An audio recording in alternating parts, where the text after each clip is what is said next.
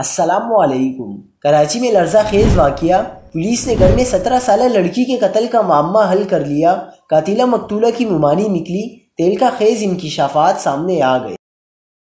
کیا آپ حالات حاضرہ سے آگاہی حاصل کرنا چاہتے ہیں؟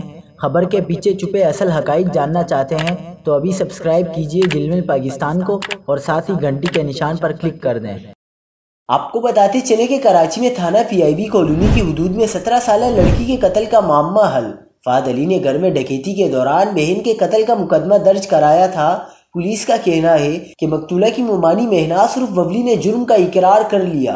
پولیس نے ملزمہ کو فوری گرفتار کیا اور تفتیش شروع کی اور بتایا کہ وہ چوری کی نیت سے نند کے گھر میں دروازے کا لوک توڑ کر داخل ہوئی۔ دوران ڈکیتی اس کی بھانجی فضا نیند سے بیدار ہو گئی اور اسے دیکھ لیا۔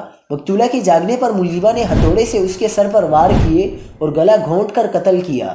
ملزمہ نے مزید بتایا کہ اس نے زیورات چوری کیے جس میں سے کچھ بیچ دیے، باقی گھر پر موجود ہیں۔ پی آئی بی کالونی پولیس نے ملزمہ سے آلہ قتل اور زیورات برآمد کر لیے۔